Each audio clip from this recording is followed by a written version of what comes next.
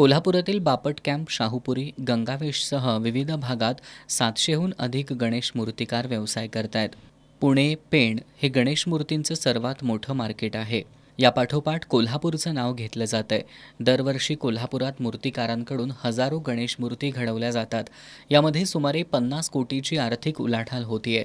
मात्र हाताच्या बोटावर मोजण्याइतपत गणेश मूर्तिकारांनी महानगरपालिकेमध्ये व्यवसाय नोंदणी केली आहे.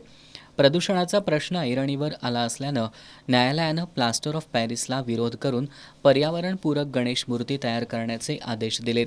सार्वजनिक गणेशोत्सव पर्यावरणपूरक होण्यासाठी कोल्हापूर महानगरपालिका कार्यक्षेत्रातील अधिकारी, सदस्य, मूर्तिकार संघटना, कुंभार समाज प्रतिनिधी यांच्या समवेत अतिरिक्त आयुक्तांच्या अध्यक्षतेखाली 20 मार्च 2025 रोजी आढावा बैठक घेण्यात आली होती.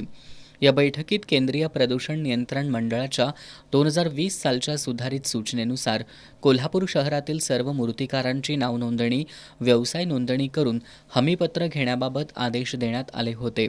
तशी नोटीस देखील सर्वांना बजावण्यात आली होती. याला 3 महिने पूर्ण होत आहेत.